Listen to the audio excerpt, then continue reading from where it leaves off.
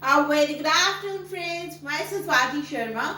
Today we are further going to do a few phrasal verbs. आज हम कुछ और phrasal verbs करेंगे.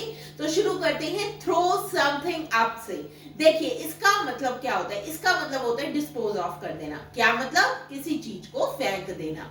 देखिए आप कहना चाहते हैं उसने अपने पुराने कपड़े फेंक दिए. तो आप दोनों तरीके से लिख सकते हैं. आप ये भी लिख सकते हैं she threw up her old clothes, या आप कह सकते हैं she disposed of her old clothes. दोनों तरीके से आप बोल सकते हैं.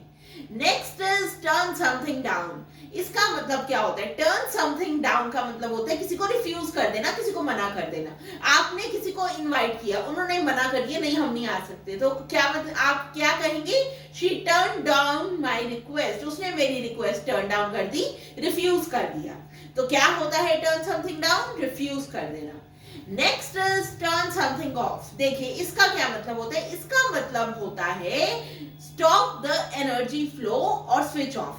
किसी चीज को बंद कर देना, किसी इलेक्ट्रिकल गैजेट को टर्न ऑफ कर देना, मतलब उसका स्विच जो है वो बंद कर देना. उसके लिए आप क्या यूज करेंगे? आप यूज कर सकते हैं प्लीज. जैसे ये सेंटेंस देखिए, please turn off the switch. Switch को टर्न ऑफ कर दो, मतलब टर्न ऑफ का क्या मतलब है? बंद कर दो. देखिए आप इस तरह से भी बोल सकते हैं she turn the switch off. उसने स्विच टर्न ऑफ कर दिया. तो दोनों तरीके से आप बोल सकते हैं. Next is turn something on. किसी स्विच को ऑन करने के लिए यूज होता है टर्न समथिंग ऑन. मतलब क्या है इसका? स्टार्ट द एनर्जी और स्विच ऑन. मतलब एनर्जी, उसमें इलेक्ट्रिसिटी जो है वो आने देने को क्या कहते हैं? Please turn on the switch. आप किसी को कहते हैं कि स्विच ऑन कर दो, तो आप क्या कहेंगे? Please turn on the switch और please turn off the switch. दोनों चीजें यूज होती हैं, एक ऑन करने के लिए और एक ऑफ करने के लिए. Next is turn something up. देखिए इसका मतलब क्या होता है? इसका मतलब होता है किसी चीज की वॉल्यूम इंक्रीज करना. जैसे टीवी की, रेडियो की, फोन के म्यूजिकल सिस्टम की, किसी की भी वॉइस इंक्रीज करने को कहते हैं टर्न समथिंग अप. जैसे she turned up the radio. उसने रेडियो जो था उसकी वॉल्यूम जो थी वो इंक्रीज कर दी. तो क्या कहेंगे? She turned up the radio.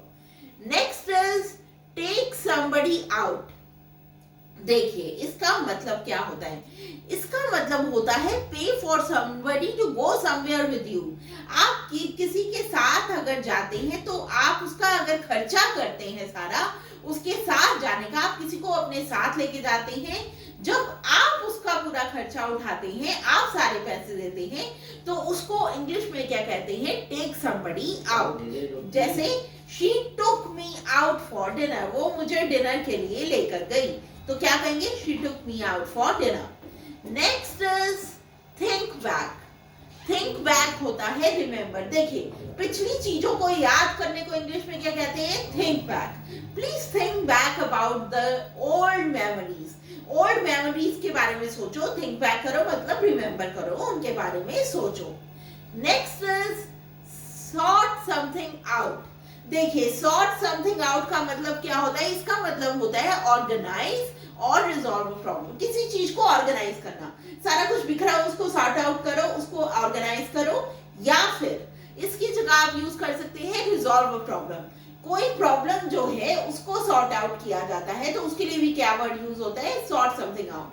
I am sort. जैसे कोई कहता है I am sorting out the matter. मैं मैटर सॉर्ट आउट कर रहा हूं, मतलब वो प्रॉब्लम को रिजॉल्व करने की कोशिश कर रहा हूं. Next is stick to something. Sticks to something का मतलब होता है कंटिन्यू डूइंग समथिंग. कोई चीज आप करते रहते हैं. आप बहुत मोटे हैं, आपको कोई कहते हैं please stick to a vegan diet. तो क्या मतलब है इसका? वो जो डाइट है वो कंटिन्यू करो, उसको करते रहो फॉर अ लॉन्ग टर्म. तो वो क्या होता है? Stick to something. किसी चीज पर अड़े रहना, वो डेली रूटीन में करते रहना. So friends, that was all about it. I hope you learn them thoroughly and bring them into your daily use. I'll see you in the next video. If you like the video, please share and subscribe. Thank you.